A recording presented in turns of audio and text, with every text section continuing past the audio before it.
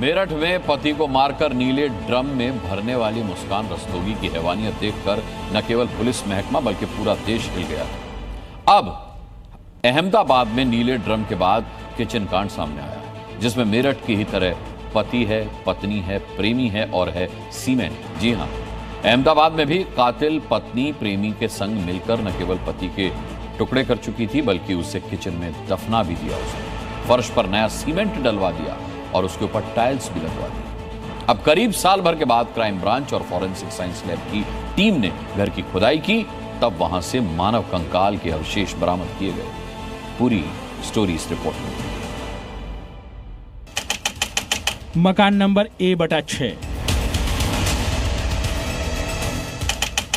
जगह अहमदाबाद, गुजरात।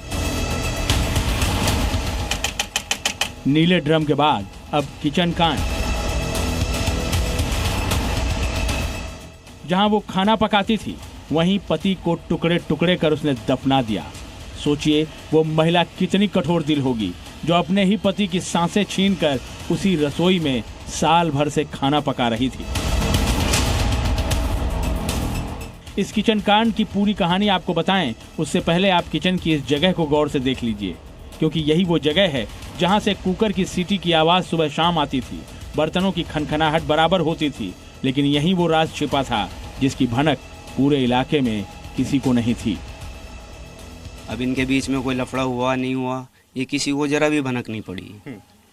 अभी जब ये गया तो हम लोगों से ये बताया गया, बोले कि मेरा घर वाला दुबई गया है कमाने, तो किसी ने कोई पूछ परछ करी नहीं। बोले कि भाई गया होगा, कड़िया काम करता था वहाँ, अच्छी नौकरी मिली होगी। सऊदी के लिए उसका वीजा है तैयार, तो मैं सऊदी जा रहा हूँ बोले।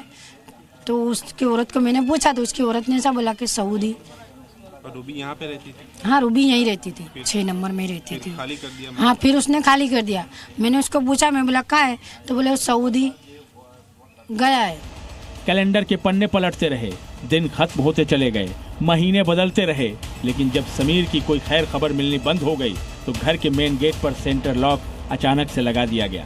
लोगों को तब जाकर किसी अनहोनी का शक हुआ। बीच में इसने 1-2 बार ये बोले कि मेरे घर में चोरी हुई है, उसके बाद में ये सेंटर लॉक लगाया था। उसके पहले नहीं था, बाद में लगाया।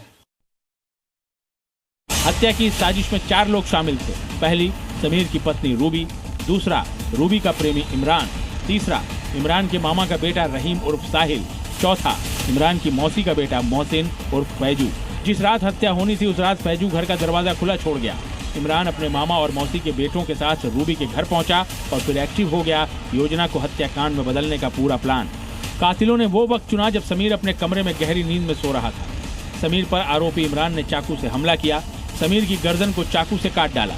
हत्या के बाद पत्नी, प्रेमी और उसके दोनों भाइयों ने मिलकर घर की रसोई में 1.5 फीट गहरा गड्ढा खोदा। समीर को उसमें दफनाने के बाद फर्श पर प्लास्टर कर दिया गया और फिर उसके ऊपर टाइल्स लगा दी गई, जिससे किसी को भी हत्याकांड की भनक न लग सके। चारों हत्यारे इसके बाद ऐसा बर्ताव करने लगे जैसे कभी कुछ हुआ ही नहीं। रूबी तो पति की लाश के ऊपर रोटियां पकाती रही।